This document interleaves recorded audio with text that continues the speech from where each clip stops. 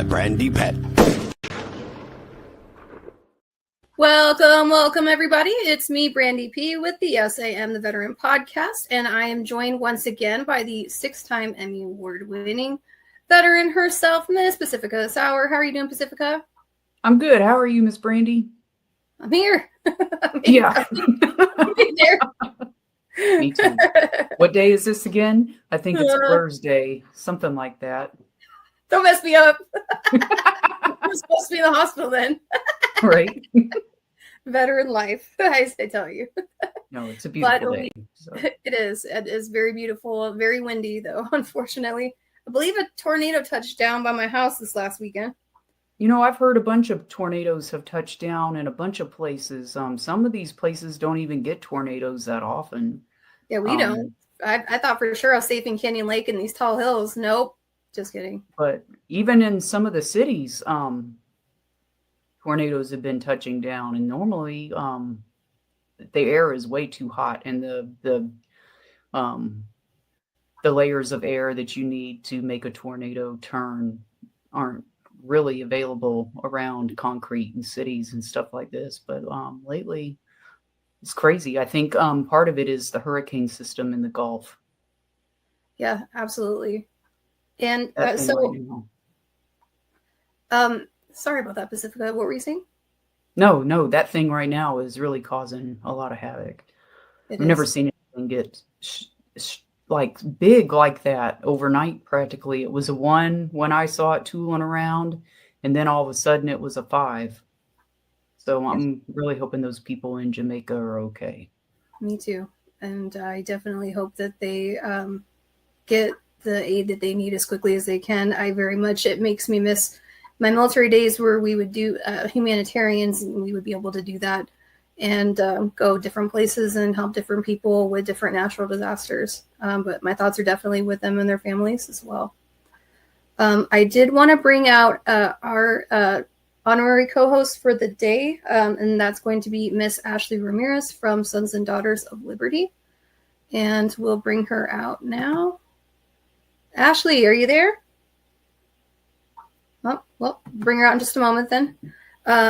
And we will go ahead and introduce our guest for today, Miss Josey Garcia from the Texas House of Representatives.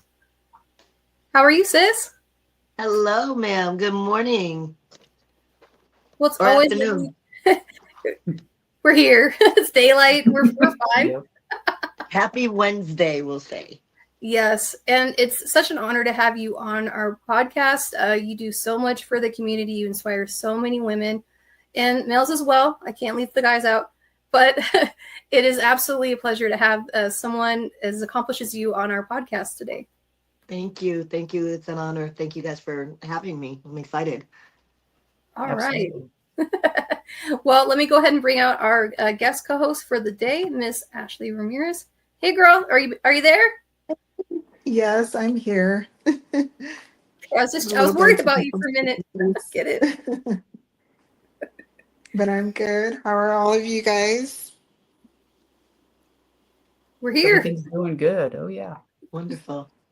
I can walk today, so I'm on a good day, I guess. Nice to see you again, Josey. Oh, no. Can you hear me? Yeah, she can. Ashley, you can speak up a bit. It's all right. We won't bite too hard, I promise. Oh, okay. I'm the quiet one. Well, it's so nice to see you. I was telling Brandy how you are a personal advocacy hero of mine. Oh, thank you so much. I couldn't do half of what I do without you, honestly, without those of you who are willing to go on this journey with me. It hasn't been easy, but it's definitely been rewarding. And that's amazing, and that's what it's all about. And Josey, could you please introduce yourself and what branch should you serve in? Absolutely. I'm Josey Garcia, Texas State Representative of House District 124 in San Antonio. For reference, it's SeaWorld and Lackland Air Force Base side of San Antonio, and I am a proud Air Force retiree. Two Air Force. Air Force, go all the way. Tell me a little bit. You're You're like the first woman in Texas state history to be elected to the Texas House of Representatives. And you're a veteran. What was it like running for office as a woman veteran? And why run for office in the first place? Well, I mean, number one, I would never in a million years have chosen to run for office. It just was never anything that we really ever thought about as military, right? I mean, one thing that I try to tell people is that those of us that served in the military, we are 150% red, white, and blue through and through. Our entire lives, I know many of us have joined, our entire adult lives. I was on delayed enlistment at 16. And to protect and defend is kind of who we are. And it's what has been ingrained into us as military. Finding out that there had never been a woman veteran in our state's history when Texas, like celebrates itself as being military state USA, and of course San Antonio's coined military city USA. To hear that a woman veteran had never been elected to the House of Representatives, that kind of fueled the fire for me to represent for us. A lot of us, we don't get involved in politics. We vote for our commander in chief, and that's about it. And 9 times out of 10, I don't even think we knew what color T-shirt they wore. It was just something that was a part of our lives every 4 years, and we moved on. We didn't get involved in local politics because it seems like we get stationed someplace, and the next thing you know, we're getting stationed out in Canton, New Mexico, right, Brandy? No, Candace. And so to see a need, first of all, to have representation for us was one of the main drivers. But another driver was seeing how many people didn't have representation in general. Of the 150 members of the House of Representatives, there are less than 10 of us that ever wore a uniform. So let's think about that. 150 representatives of the House of Representatives in Texas. Only 10 of us or less than have ever worn a uniform. And so it was terrifying. It was one of those things to where being a woman and being a veteran, we always get put into those positions with, people challenging our service and questioning, our service, especially when you come forward and say that you're a combat veteran. And those are things that I welcome. It's been an honor. It's been very difficult navigating a very divisive and divided partisan realm. But I think we're doing a very good job at that. One thing that we do know how to do is come to the table and keep the mission going, and that's what I focus on. That's awesome. Josey, so I know how we got acquainted was through a mutual friend, and I had worked in that veteran nonprofit space, and I was asked to testify, and I was acquainted with her, which, by the way, if you're testifying for the first time, this is the woman to sit next to you to she's just awesome. And I know how we got acquainted, but how would you suggest that the everyday citizen get involved in politics? Well, one thing I will say is that it's very intimidating, but don't let that stop you. One thing that I think, especially as women veterans, we've kind of been forced in a way our careers to kind of shut up and color, right? I tell the story often about various challenges I had in my career being a young woman who spoke out, who called the ugly baby, and who would stand against abuses of power and things of that sort, and learned at a very young age that questioning authority, it's not easy. Standing up for what you believe in and for people who can't speak for themselves, it's not easy. But we've done one of the hardest things we'll ever do in our lives, and that is volunteer to give our lives away for this country. And so if ever you were intimidated to get involved in politics, trust me, now is not the time. Now we need everybody, boots on the ground. I use those terms all the time, especially when talking to our civilian counterparts in politics. when we talk about boots on the ground, what we're talking about is servant leadership from the front. And that's what we're missing severely in politics these days. It's bold leadership who from people who aren't beholden to the long arm of politics, if you will. A lot of folks that are involved in the House of Representatives, they are career politicians. Their dads, grandfathers were, governor or politicians. Some of my colleagues fly their private jets back and forth to the Capitol. And what we're missing is representation from those of us who know what it is to live off of a pension, who know what it is to live off of a retirement, to go through these furloughs, to be promised that we'll have health care for the rest of our lives, only to find our calls to TRICARE and to, the VA sometimes not go answered, or for us to be strung along. We need you to be active now. And the way that you can do that, of course, is by calling me. That would be the number one way, because if there's something that you really want to advocate for, such as military sexual trauma, that was the topic that brought a lot of us together 5 years ago, 4 to 5 years ago. The years go by so fast when we witnessed the systemic injustice that was done to Specialist Vanessa Guillen. And that name has become synonymous with spotting a spotlight on the impact of sexual trauma and the accountability measures that often get pushed to the side. In order for us to be able to make impacts like the Vanessa Guillen bill that we were able to pass. It was my first bill, my first piece of legislation as a junior legislator. And I couldn't be more proud, because for the next 10 years, we will gather every September to not only celebrate the life of Vanessa Guillen, but empower many of us who are still living our nightmares in silence.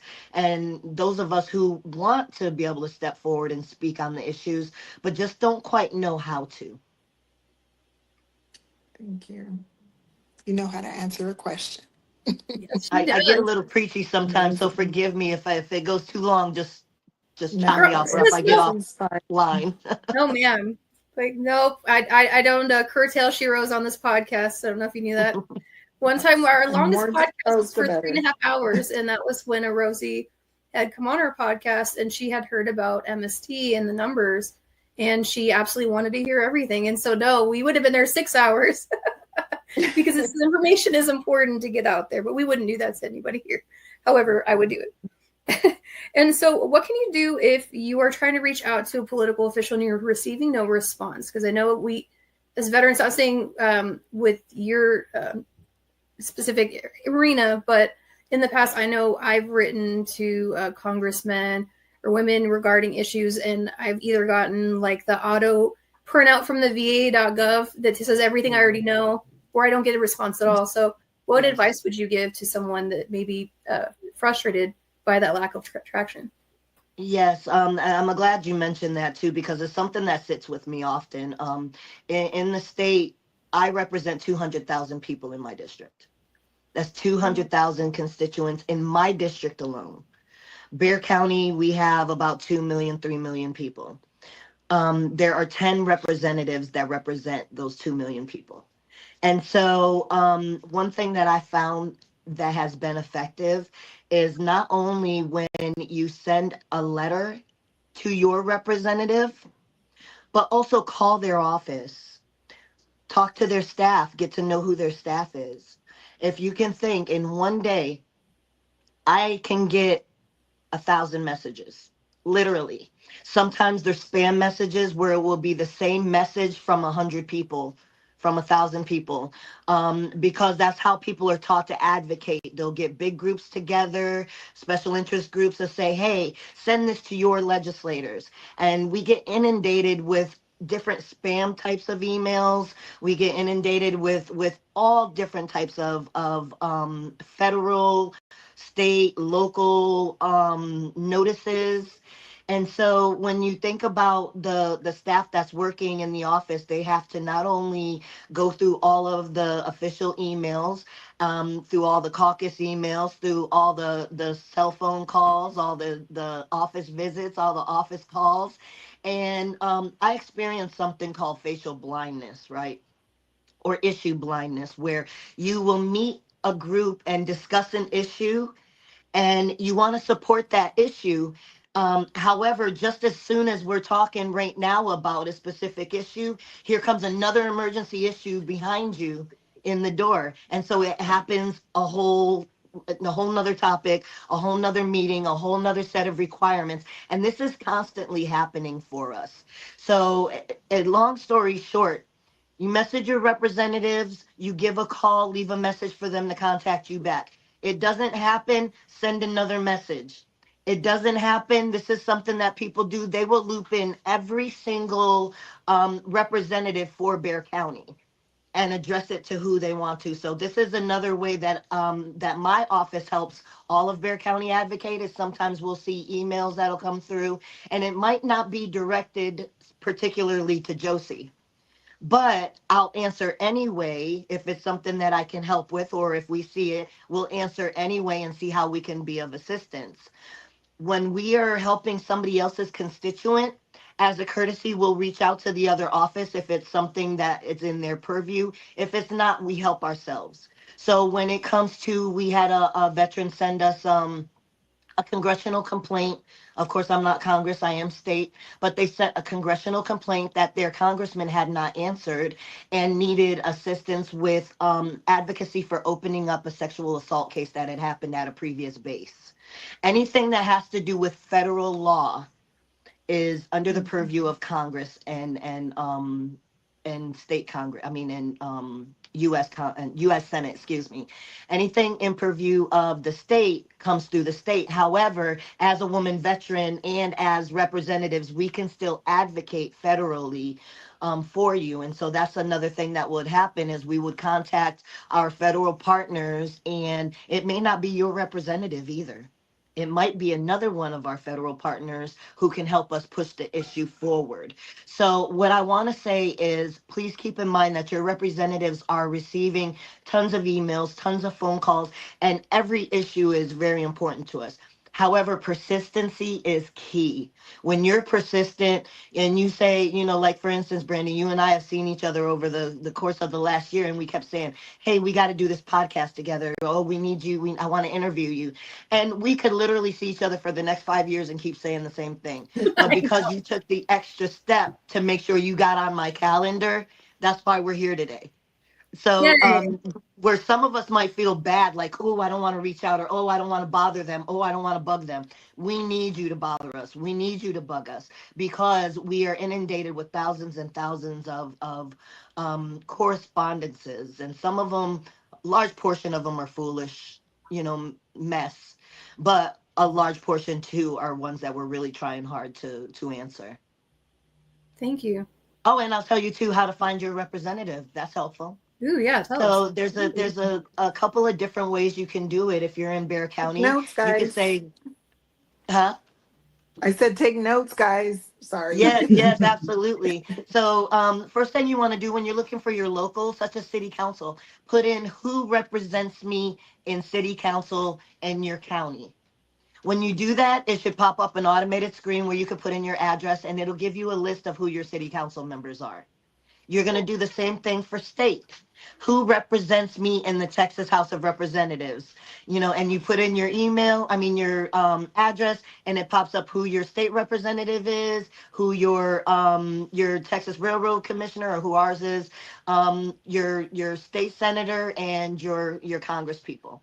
And if you want to take it a step further, a lot of the information you'll find in the state site, but you can also go federally to find my representative, put in all your information, and it'll show you there as well. So I challenge all of you, if you don't know who your representative is today, find out who they are and get engaged. Thank you. Wow. And hearing about all the frustration, some people don't realize how busy you all are, but some families, Gold Star families, I do know, personally who have been trying to get information about their kids for 19, 20, 21 years. And that's something I'm hoping that changes with the I Am Vanessa Guillen Act. So can you tell us a little bit about the I Am Vanessa Guillen Act and why you champion for change in our military regarding MST awareness and reporting post-incident? Oh, absolutely. You know, the sad reality is Vanessa Guillen's story is all of our stories in a way. You know, I got goosebumps saying that, but it's the sad truth. I mean, it's the sad truth of military culture, and I think, you know, I joined in 1995, and for me, you know, it was pretty much understood I had to be tough. You know what I mean? I had to be the tough girl, and I remember even in basic training being sexually harassed by my TI. You know, so I mean, this is something that we've all experienced in one way or another. And a lot of us have also experienced the repercussions of speaking out. You know, the repercussions of being somebody that won't stand up for the abuse or won't stand up for the snide remarks and comments or the touching and things like that. And so again, you know, to be the first and only woman veteran to serve in the Texas House of Representatives, and Vanessa Guillen, you know, not only was she a Texan, but what occurred to her happened on Texas soil, you know, and we cannot, as military, as Texans, as government, expect the world's mothers to give up their children to us to fight in their, you know, in wars that they don't believe in, to defend and protect, you know, a country that they may not recognize anymore. If we're not going to be standing up for them and protecting them and fighting and advocating for them when they need us the most. You know, what happened to Vanessa Guillen, and it sits with all of us. That's why her name has become so synonymous for highlighting military sexual trauma. And I couldn't understand for the life of me why the bill did not pass in the prior session. There are different bills. There is the Texas state bill. That is the one that I passed. And there's the federal I Am Vanessa Guillen Act that also was able to pass federally. My bill failed. It was brought forward in the 87th legislative session by the state representative out of Houston that represents Vanessa Guillen's family location, and it didn't make it out of committee. It didn't make it to the floor, and so when I came in, that representative reached out to me and said, Josey, you know, I think you're the perfect person to, you know, get this done. And she didn't even have to mention it twice. From the second I knew that this still needed to be accomplished, I was boots on the ground trying to bring my people together, my women veterans, my veterans, and bring them up to testify in support of the Vanessa Guillen bill. And I'll tell you another thing. We hear about 10,000 pieces of legislation every year. I mean, every session. Our sessions are 2-year sessions. We are only doing the work of the state, passing laws for a good 4-month period at the beginning of the odd number years. So think about that. 10,000 bills from the state of Texas, from around the state of Texas, have to be heard through committee, passed out of committee, heard through the Senate, passed through the Senate, put on the House floor. Like there's so many different places that a bill has to stop along the way before it ever makes law. And so the fact that we were only that we were able to bring it in and testify, give a real world experience of what the harassment and the abuse in the military sexually looks like for us. I think that we were able to tell the story in a way that our colleagues had never heard it told before. And I owe that a lot to Ashley, honestly, for being there and sharing her very raw truth. And you know, we had a young lady named Heather who came up from Colleen to tell her story. You know, we had so many men even that stood up and told their stories. And we do have men that have been sexually assaulted as well and sexually abused. Um, and so to see that we were able to pass this and to force the state of Texas to recognize every September that military sexual trauma and sexual trauma in general is real. Uh, I I couldn't be more proud because that was something that truly took a coordinated effort. Yes. Absolutely did. And to kind of to stay on the topic of sexual trauma and also domestic violence, it's Domestic Violence Awareness Month. And I was speaking to a friend today. She knows of an incident that happened about 10 years ago. She wrote in the newspaper about it. Her best friend was actually murdered by a first sergeant, and she had tried to tell, she had tried to tell his command. She was actively letting her friends and family know. She did continue to stay with him. They had children together. But the day that she went to file for the restraining order was the day that she was murdered. And I was just wondering, I've seen, just working as an advocate, a legal advocate for this year, and the women that I've talked to, I've seen kind of a disparity in the Black community specifically. And I wanted to know if there are any current or upcoming policies in place to strengthen protections with military affiliated women, particularly Black women, when it comes to domestic violence, because this is a problem that I've seen too many Yeah, times. absolutely. When we're talking about domestic violence, those uh, we work really hard to and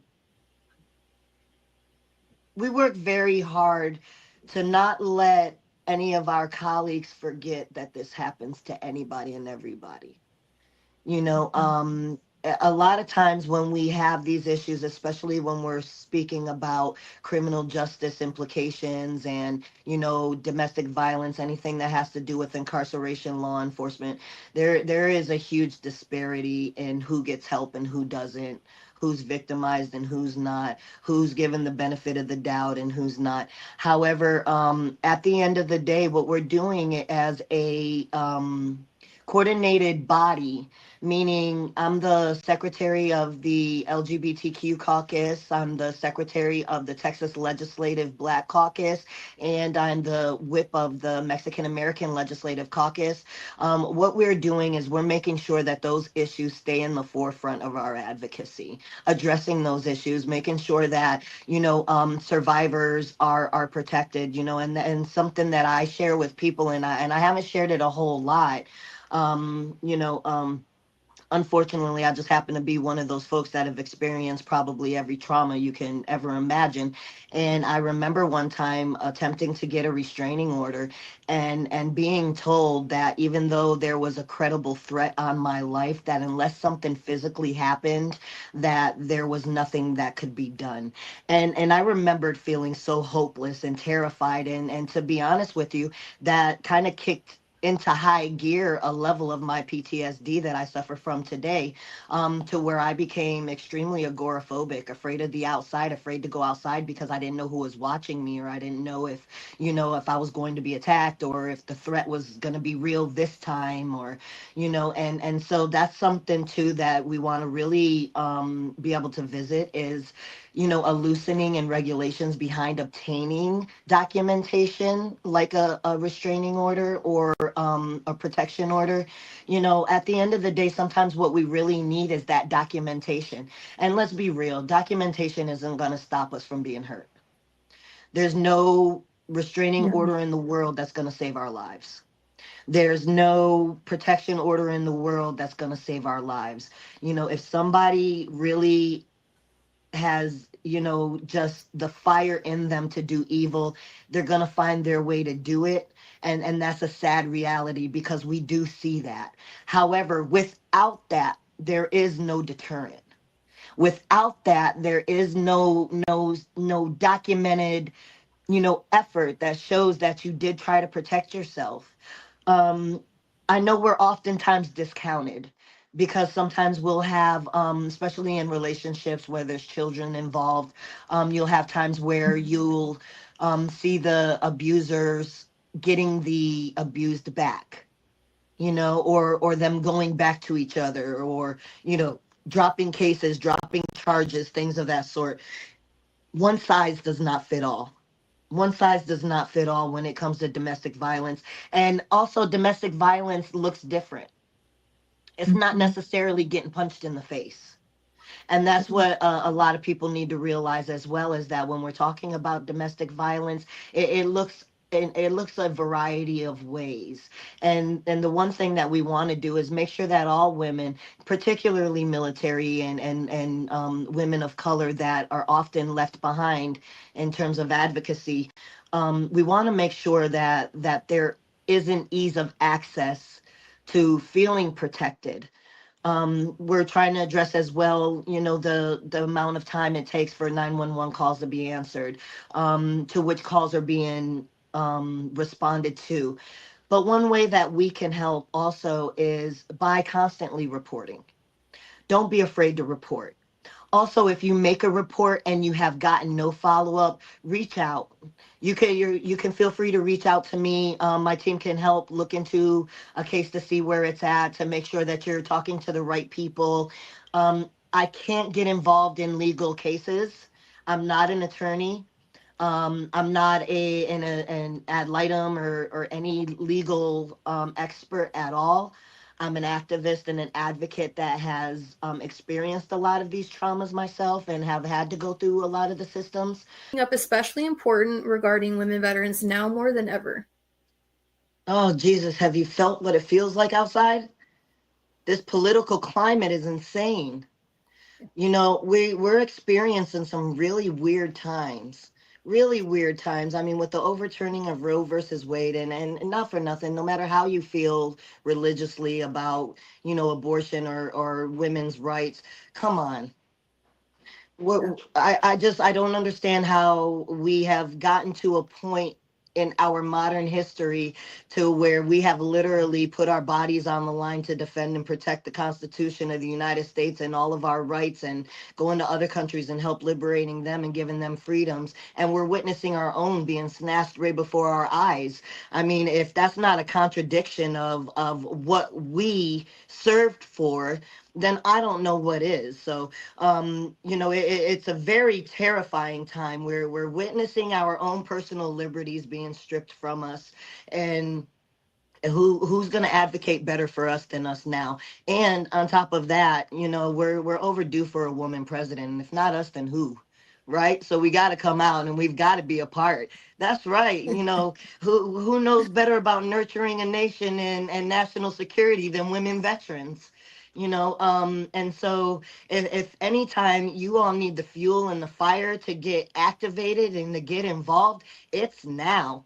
Especially if you're in Texas or even all across the U.S. I mean, we have the opportunity to meet with legislators from all around the United States. We'll be in Las Vegas and Biloxi, Mississippi, to visit with legislators there to learn how these laws are impacting states all across the United States. What you're witnessing happen in Texas, it's gonna just it's gonna catch on like a rash. It's gonna go all across the United States. Next thing you know, we're gonna be in for all intents and purposes, a Handmaid's Tale episode here. Oh, Um, I thought that you myself. know, So just me. Seriously, like, and we say it facetiously, right? And we say it kind of tongue in cheek, but it's the truth. It is. Y'all, I'm Mhm. telling you right now, what I witnessed on that house floor is ridiculous. When I tell you, another thing that us veterans have that is missing severely in the House of Representatives, again, as I told you, less than 10 of us have ever served in uniform. We have integrity beyond measure, to a point to where we're going to do what's right. We have our moralities. We're going to do what's right regardless. And let me tell you something. Our Republican counterparts at the Capitol don't have that liberty. They do not have that liberty, and I'll tell you why. It is because we witnessed the President of this United States call the floor and gather the Republican members of the House of Representatives and get them to change their vote on a bill. So when you have stuff like that happening, when you have donors and, far fringe, folks that are threatening your life, threatening your children, stalking you, the death threats, we've gotten tons of death threats. When those things are happening, there's a lot of representatives who don't believe in what they're voting for, but they do it because they're afraid. And I've had them tell me this. And we saw it not only during the women's health fights, we see it during some of the racial fights that happen, some of the redistricting fights that have occurred. We have our Republican counterparts who can't make sense of what's going on, but they're forced by a scorecard to vote a certain way. If they do not, and this is another truth, they get a sheet of paper every day. And on that sheet of paper, there's a list of bills that we're going to hear on the House floor and how they have to vote. If they do not vote according to that sheet of paper, there's a scorecard that scores them, and then they get kicked out of their seats if they don't follow that sheet. And kicked out of their seats isn't people powered. It's $1 billion thrown into a race that should only be $100,000 race. Holy But moly. just so you all can see kind of like what we're dealing with when it comes to fighting against these laws that are happening here. And when I describe that, people are like, then what are we doing? Why do we even fight? Because everything is legal. Every testimony we have on the House floor, every debate, every argument, every presentation, that is all documented in Texas state history, Texas record. These records are used in litigation, and the ACLU and LULAC is another agency, many veteran rights groups. They use these pieces of Texas history, these transcripts, if you will, of our testimonies to fight these cases in court. We have been fighting in Supreme Court for not only Roe versus Wade, as we all know, but over the redistricting. These are fights that take years, and us fighting them and advocating and getting all of this testimony out into documented history is really what our goal is every session. And also our goal is to make very ugly legislation not as negatively impactful to our communities. Well, it sounds like you're up for the challenge. Absolutely. Getting out of the military, we all kind of had our challenges that got us ready for what came next. What was your biggest challenge in your transition, would you think? I lost all sense of who I was. I didn't recognize who I was outside of uniform anymore. I didn't recognize my first name. When people would say my first name, and it's not Josey, when people would say my first name, it was like nails on a chalkboard, because I had never been called that in my life. The only time people said my first name was as a child when I was in trouble or in school. Being Sergeant Garcia, it was a badge of honor for me. Being in uniform, everybody recognizes you and greets you positively for the most part, which is something that, those who served before us didn't necessarily have. They didn't have the same, endearment and respect that oftentimes we would get in uniform, and, not being a native Texan, not having family, having adopted my brother, having special needs children of my own, being divorced, losing out on 20 years of my life that I had given to my country, and being robbed of my retirement. Concurrent receipt, I don't get. I served 19 years and 4 months, and I do not get concurrent receipt. I do not get retirement. The only thing that I get is my disability. And why? Because I had PTSD. I was still able to work. I worked for the commander at the time of my med board. When I tried to fight it, they told me if I fought their decision, then I would lose any rating that I was getting. They told me that if I fought against my med boarding, that I would still be forced out and again lose my rating. They terrified me to advocate for myself, and I didn't, because I figured at least if I have disability, at least I can feed my kids. And I have special needs adults, well, children. There were children at the time, twins on the autism spectrum that have significant disabilities. And I was discarded. I felt very discarded by the military. My command didn't even have a going away for me. I didn't have any celebration. There was no thank you for your service. There, was no pomp and circumstances. There was, hey, here you are, 19 years of dedicated service. You earned PTSD from being an advisor in the Iraqi military and to the Iraqi military and other things. And now you're no longer useful to us as a dental technician. So I threw my uniforms away. Any award I ever had, I couldn't tell you where they're at. No military friends, hardly whatsoever. There were maybe one or two people that I would ever actually speak to. I'm hard pressed to think about any positive woman role models or supervisors that cared enough about me to try to uplift me. I retired from the military medical field, and it's very cruel and very ugly to women. Women are cruel and ugly to each other, especially as they make rank. Yep. And so I fell into what I call complete blackness when I left the military. My PTSD was so significant that I suffered from agoraphobia for over 4 years, almost 8. I say 8 because there were times where I would be able to leave the house with assistance, meaning my now husband would go places with me, but I would be overwhelmed by sounds, overwhelmed by just the overwhelming sense and fear that I was about to die now, because I had beat the Grim Reaper so many times that he was coming to catch his due from me. Well, I will tell you that those were some of the hardest times for me. The military did a good job at giving me prescription pharmaceutical, psychotropic meds. And any of us that have been impacted by psychotropic meds, you know that that's a nightmare in itself.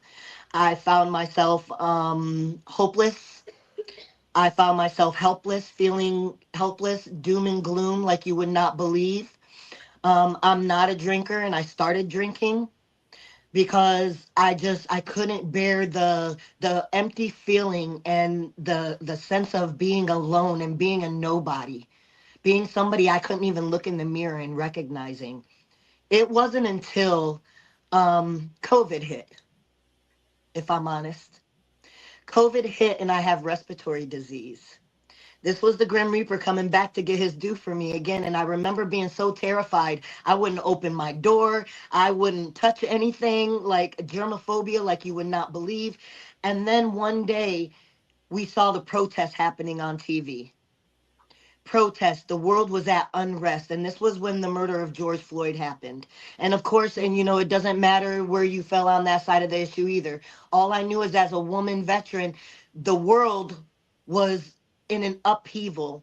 We were at unrest, and it was my duty to come back. Boy, I dug through every box I could find, and I was like, I know I didn't throw my boots away. And I found my pair of raggedy old green, olive drab, nasty, scuffed up Dang, your boots. ABU boots is rough. Boy, they were horrible. And I pulled those out and found an old pair of BDUs. For those of you who are millennials, BDUs are the cool camos that we used to wear back in the day. Also known as the Before all salad this suits. digital crap. but yeah, I found my boots and I went out to the town. I said, if my community is suffering, if my country and my people are suffering, then I'm suffering too. And COVID-19 is not going to stop me from that. That was what breathed life into me again, that advocacy, that being present for other people, that advocating for people who can't advocate for themselves. That literally saved my life, because I was able to focus on helping people, and I was able to see that I did have value. And I know a lot of us that leave the military on less than happy terms. I know those of us, it's hard for us to find pride in our service again. And you all have helped me find pride in my service again, honestly. Ashley, Brittany, Brandy, and Sorry, Brittany full too. name I is hear her talking. You all helped give me pride again in being a woman veteran, because I missed out on the sisterhood. I didn't experience a sisterhood. I experienced competition. I experienced jealousy. I experienced, people being mad at me when I didn't do anything. I experienced those types of things. And I experienced also being hypersensitive because of it, being hyper aggressive, or being, less than welcoming to people because of it. You kind of develop this tough exterior to where you become what people treat you as. And honestly, this has been one of the greatest things that I could have ever experienced to help get me out of that darkness that I went through. And to be honest with you, I had significant fear for my life during those times. Well, I'm glad you were able to get through that. I'm not going to say past anymore. I'm going to say through, because we got to get through it and go through some other things along the way. And speaking of sisterhood, me and Brandy were talking about, the women veteran community and how supportive it is. And I just wanted to ask if you could give advice to a veteran suffering, whether it's women, men, just a veteran in general suffering from PTSD and or MST. What would that advice look like? Tell us, tell us. And when I say us, those of us right here in this video, somebody you're close to, um, reach out to an organization you can trust. And if there's nobody that you can trust, you can call me. I'll give you my number right now: 210-701-7316. That is the number to my office, and it's a cell phone, but it goes to my scheduling. If you need to talk to me, please call that number. Send a text. You don't have to call. Send a text and say that you need to talk to somebody or you need help. And we can help get you there. I can we can help by connecting you to those of us that know who do the work, those of us that do the work. Um, Say something. Don't live in silence. Don't feel ashamed. That's one thing that has been so liberating to me. You guys know me, and to the cringy chagrin of my husband and my team and stuff. I am an extreme oversharer. I tell everything. I tell all my dirt. I tell everything, because it's so liberating and freeing, because there's so many of us that go through these struggles every day and feel alone, right? And the last thing I'm going to do is allow anybody to use any of my trauma against me. You could call me anything you want to, everything you want to. One thing you're not going to say is I'm a liar. And Yep. another thing you're not going to say is that I don't love with my whole heart. So, at the end of the day, I'm very transparent about, my journey with pharmaceuticals. I'm very transparent about, my trauma, my trauma growing up, my foster care trauma, my incarcerations, and even honest to the point that, some of my incarcerations were my fault. I committed, a crime. And, just to let you all know, I was a girl who fought. So it was, and I didn't like rob anybody or do anything horrible like that. But, being honest and talking about those things is very healing. Find a passion project, meaning what drives you. Is it rescuing puppies? It used to be for me. There wouldn't be nothing more exciting than me pulling my car off on the highway and picking up a dog and bringing it home. After I had 7, my husband was like, don't do that again. So I brought You're home the a rescue of your chinchilla and a house. snake. A chinchilla and a snake. Like, that feels like that could end poorly if there was a cage malfunction. Well, they're in different parts of the house, but you know, but you know, through caring for something greater than me, that's what has helped me survive with PTSD. You know, every day it's different for me. Every day it looks different. Some days I wake up and, you know, I'm rainbows and butterflies and ready to, you know, seize the world. Other days I wake up and I am ready to clear a whole city block. You know, I mean, and then there's some days where I just don't want to. Yep. And there's a lot of those days where I just don't want to. And, you know, I'll tell my husband that. He's like, don't want to what? And I said, I don't want to. Anything. And that's okay. It's okay to feel that way. It's okay to give yourself grace for having those days. But we can't live in silence. We have to get out of the comforts of our homes. We have to be a part of the community. One thing that used to haunt me all the time when I was in the throes of darkness of my PTSD was I was afraid I was going to die and nobody would notice. Wow. Now, I have children, yes. Of course, you know, I'm at home with my children. You know, that's the last thing I would ever want my children to see. However, those are the intrusive thoughts that go through your head. It's like, if I die, who will check on me? Nobody. My children will be left here by themselves. Who will they call? I had no family. You know, where would they go? I had no support group that I could count on to take them and raise them with their special needs and with things like that. Now I feel different. Now I know that, you know, if shoot, I don't answer my phone one day, there's people blowing up my line, sending me text messages, hitting me up through social media, all of those things. But find your comfort. Find those people that you can thrive with. And one thing is, not all money's good money. What that means is not all causes good causes. Not all groups are good groups. That's another thing that we really have to address too, you know, as women veterans.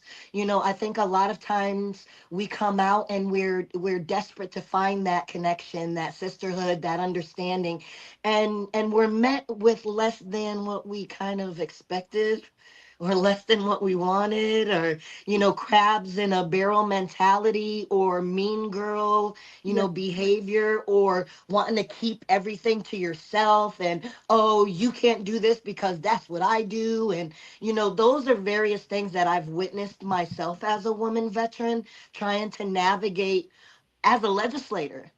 Imagine being me, a Texas state legislator who offers herself to women veterans and women veteran organizations and says, hey, you know, this is what you can do. You can come up, use my office. You can advocate for this and advocate for that. And even sometimes I'll get shut out. I'll get shut out of conversations. And I'm like, oh, okay, well, you know, that's fine. And when stuff like that happens, then I just move on to the next group of people to help. Because there's never, you want to find a coalition of the willing, a coalition of people that have your same mission in mind. And I don't mean the same mission like we all have to wear a red shirt, we all have to wear a blue shirt, we all have to, you know, do any of these types of things. That's not what I'm talking about. I'm not talking about religiously. I'm not talking about any of that. What I'm talking about is the same mission and service. Yeah. Absolutely. Same heart. Yes, the same heart. And you'll see that, you know, the nonprofit world and the advocacy world is prime stomping grounds for opportunists. It is. Opportunists who come in and they take from the purity of what our messages are supposed to be. They manipulate stories to be untruths. They utilize their platforms to levitate themselves solely under the guise of helping others. And you can recognize all of those things, and you know who those people are, and you know when, those types of things are occurring. And I just make it a habit to steer clear from those types of people and those types of situations and organizations, because at the end of the day, there's too much negativity in the world for us to have to worry about fighting each other. There's more than enough of us, even if it's one or two of us, that could come together and do really good work for our women veterans. Absolutely. Thank you Yes, so much thank for you. all of your insights, sis. Like hearing you, it resonates in a way that I didn't expect before this interview. And Yes, it it's true. honestly, yeah, it is. And you empower and you inspire so many people, not just women, but especially anytime I've seen you speak in an event, like the look on women's faces after you speak, like that your words were absolutely taken to heart. And I absolutely love that. And we very much appreciate all you do for the veteran and the Texas community outside of the veterans for that one. But how can we best support you, Josey? Is there something that we can do to support what it is that you're doing? Number one, this giving me the opportunity to share what it's like to be a woman veteran legislator, giving me the opportunity to help, help me by helping me help you. Not only that, but I have to be reelected every 2 years, and it is campaign season. That's one thing that's a huge disservice to Texas state legislators. We meet at that little period of time from January to May, in the odd number years, and we don't come back again until the next odd number year. From the time we're off out of the legislature and in the Capitol, we're in campaign mode all over again.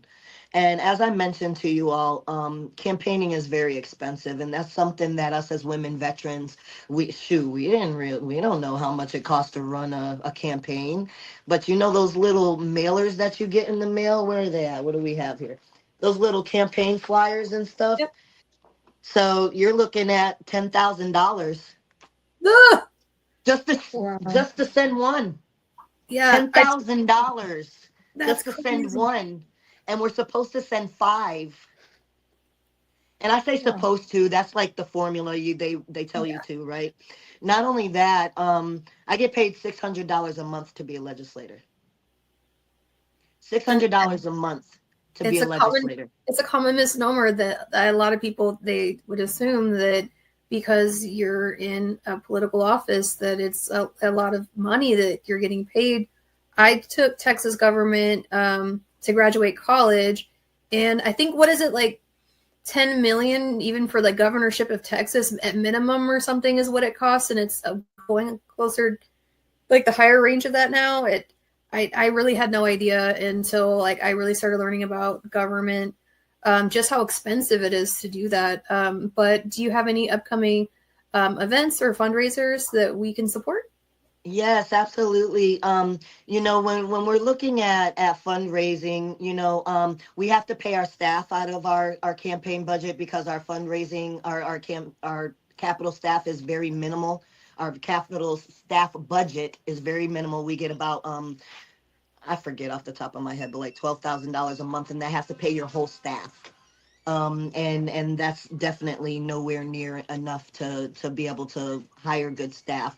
Also, all of our constituent work that we do, you guys know me for doing like food drives, for responding to the Hill Country flood. All of those things are things that we do with our nonprofit. If you're in the San Antonio area or Bexar County tonight, actually, I'm having a campaign kickoff. It's going to be a costume party at the Bonham Exchange at 8 p.m. tonight. This is to focus on us just having a good time.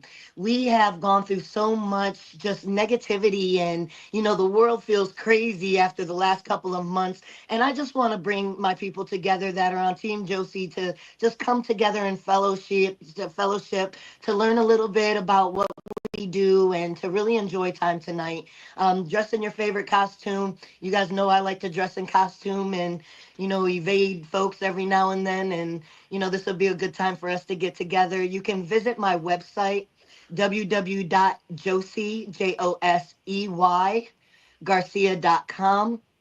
When you go to my page, there is a donation link. Everything helps. If you want to buy me a cup of coffee, if you want to give a larger contribution, we accept everything. $20 will pay for 1 hour of work from one of my canvassers. And if that's something that you're interested in, I could use your help there. Also, if you would like to host a meet and greet or host a party or something to where you can bring people together to learn more about me and more about my mission, which is a community driven mission. When I bring my legislative priorities to the Capitol, it's not what Representative Josey Garcia wants to do. It's a list of what you all have brought to me that needs to be done. And I will tell you that there was a class of students from Harmony School of Science that had a legislative bill idea. They brought it to me and I turned it into a House bill. I So love her. imagine being a 10th grader, 11th grader, and you had a part in drafting legislation. That's what we do. We give opportunities to those people who have never had the opportunity before to testify, who has never had an opportunity in changing laws. That's what we do. We're trying to build a family unit of advocates who can trust in their state representative. Well, thank you so much. And it has been an absolute pleasure to have you on today. I know we did run a little bit long. I know you said you do have an event tonight, so this will air next week, and I will go ahead and post it on our podcast pages today. What do we have next week? There's something coming soon. Well, I'm going to post your information from your page on our podcast pages, so when you see that on there, that's what it is, and we will keep it updated as well with your upcoming events too. Thank you. Absolutely, thank you. And I did want to go around with some final thoughts from everybody about you, Pacifica. What's your final thought for today? Let me try this week. I know. Wow. There's a lot of stuff I've kind of got going on in my mind. What a lot of people don't know is that there have been almost 170 non-combat deaths on Fort Hood since like 2017. Wow. And the only one we hear about is Vanessa, unfortunately. And this is a major problem in our country. And yes, we know about the Lavinia Johnsons and the Vanessa Guillens and I forget her name recently. Shame on me. Resendez. Yes. Resendez. Yep. But I have the feeling that if we had started talking about all of this years ago in the 90s, I also enlisted in the 90s. And I can tell you that the 90s was messed up. If we had started talking about this long ago, maybe we would know Vanessa the way we know her now. So I appreciate you taking the opportunity to change some of these things. And best of luck, because it's going to take all of us. It's going to take more than just one person, and it's going to be more than one generation of women that do this.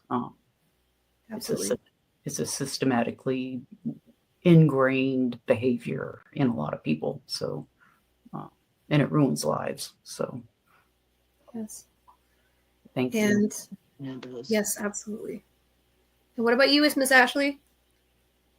Yes, I had wanted to leave you with two things. First of all, thank you, Josey, for coming on and just being so dynamic. You call it oversharing. I call it a dynamic speaker. I agree.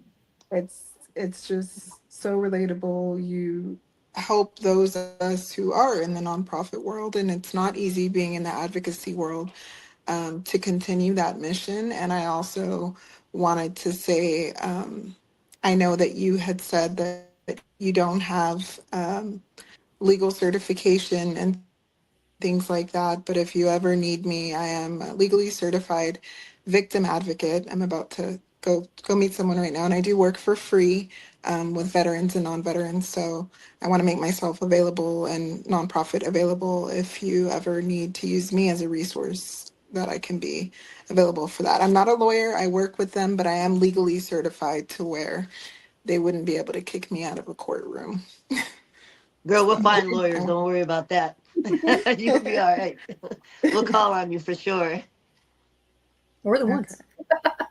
And what about you, Miss Josey? Any You final know, thoughts? I just want to say thank you so much for, having this platform and this forum for us to get together as women. You know, it's tough. It's tough, man. Like, if it's not one thing, it's another. We're constantly having to prove ourselves. But guess what? We've won all these fights already, right?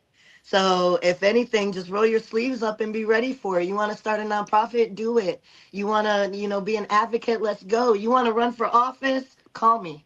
Yes. I'm here for it. My shiro. For me, again, thank you so much, Josey. I know this podcast, we've talked about it for about a year now, so I'm very glad that we finally were able to link up schedules and have you on. And you're absolutely welcome on anytime with our podcast, either live or pre-recorded like it is this week. My advice would be your own best advocate. Even if you're falling on your face, you are still falling forward.